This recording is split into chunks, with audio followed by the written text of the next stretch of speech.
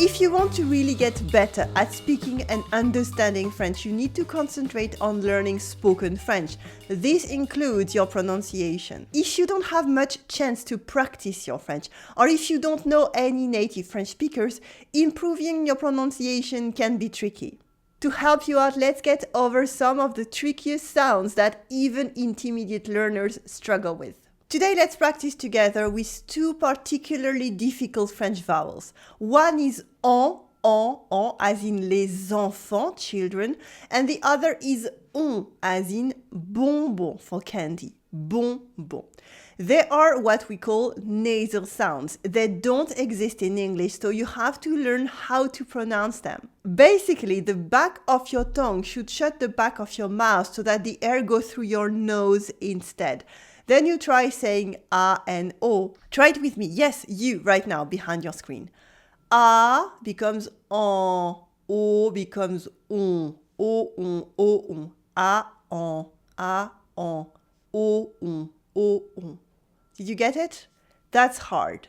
Now, can you hear the difference between them? They sound pretty similar, but they make all the difference in a conversation. And that's the point of practicing French pronunciation, so you can get more confident in real conversation in French or when you enjoy French culture. That's why it is so essential in my 30-day French challenge program, for instance, where we go over real French pronunciation and expressions while having fun and learning more about the culture with a new challenge every day, like dialogues in everyday French, pronunciation overviews, games or quizzes, to make sure that you're actually learning something. There is a new one opening soon. You'll find a link below the video right now. But let's go back to our nasal vowels right now. Which one am I pronouncing?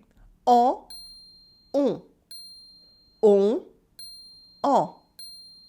on, en. Okay, that wasn't so hard with it. Now let's try with real examples. For each one of these next few words, try to hear if I pronounce the sound en or the sound on. Un an, un an, un an. Un nom. Un nom. Which one is it? Un nom. Un temps. Un temps. Un temps. Le temps. Le temps. Le temps. Un ton. Un ton. Un ton. Un bon. Un bon. Un bon. Un banc blanc en argent. Un banc blanc en argent. This one is tricky.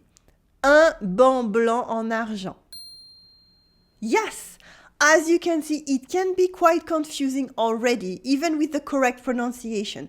There are many different spellings for each of these sounds, and to top of it all, using on instead of en can make a completely different word. Like the example that we have seen, or le son for sound and le sang for blood, and many more. In the written lesson for today on my website, you will find more about the different spellings and about possible embarrassing mistakes. There is a link in the video description, but for now, let's practice together.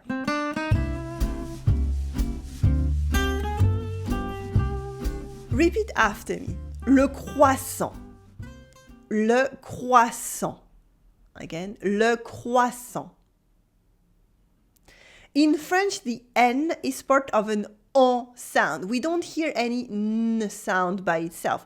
Croissant, croissant, croissant. And in French, the final T is silent, so it is not le croissant, it is simply croissant, croissant. Now let's practice other ways to write the en sound with un enfant, a child. Repeat after me. Un enfant, un enfant. And en avant. Repeat after me. En avant. En avant. It means forwards, literally, or let's go. En avant! En avant. Vers où? En avant vers Paris. You can see that we can write en with an E-N, or with an A-N. It is the exact same sound, enfant. And again, the final T is silent, as in croissant, remember? But now you can hear the subtlety about la liaison. Before a word with a consonant, we can now hear the N sound, en avant. And that's French pronunciation for you. There are more rules about it that you can find in the written lesson over at my website. And the same thing applies to on. Repeat after me. Un avion. Repeat after me. Un avion. Un avion. It is a plane. You can hear that the N in un should be silent, but because we do la liaison with avion, it is un avion. Un avion. La maison. Repeat after me. La maison. La maison. That's the house or simply the home. On est content. On est content. This is we're glad, we're happy. We do la liaison between on and est, and it makes on est content. And now let's smash it all together. I am going to pronounce a few sentences in French. Tell me, can you understand? And I will give you the translation right after. But first, you have to hear the difference between on and en. Here it is. En avant les enfants. On est content d'avoir campé dans les champs, mais maintenant, il est temps. C'est le moment où on prend l'avion pour la maison. Did you hear? What did you understand? Here is what it means. En avant les enfants. Let's go, kids. On est content d'avoir campé dans les champs. We're happy to have camped in the fields. Mais maintenant, il est temps. But now it's time. C'est le moment où on prend l'avion pour la maison. It's the moment we take the plane back home.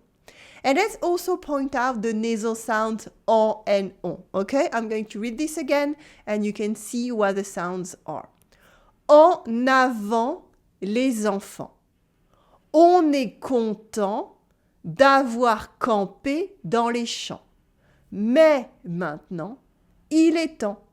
C'est le moment où on prend l'avion pour la maison. How many on can you count? How many on?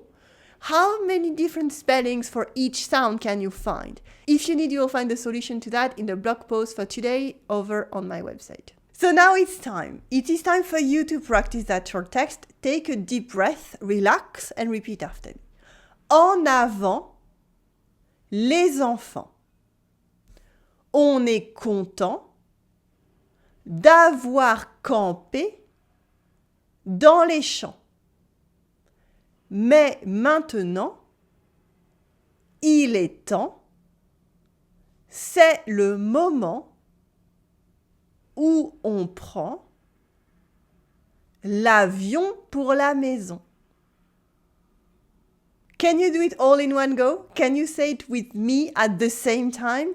I'm sure you can. Try it with me now one last time. En avant les enfants, on est content d'avoir campé dans les champs, mais maintenant, il est temps.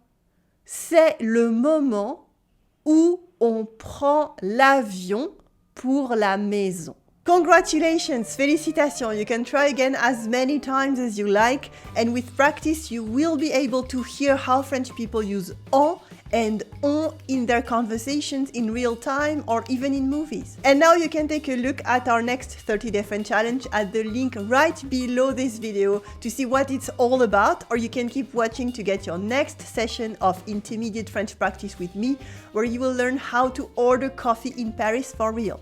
Click right here on your screen to access the next video and I will see you there. Allez, à tout de suite.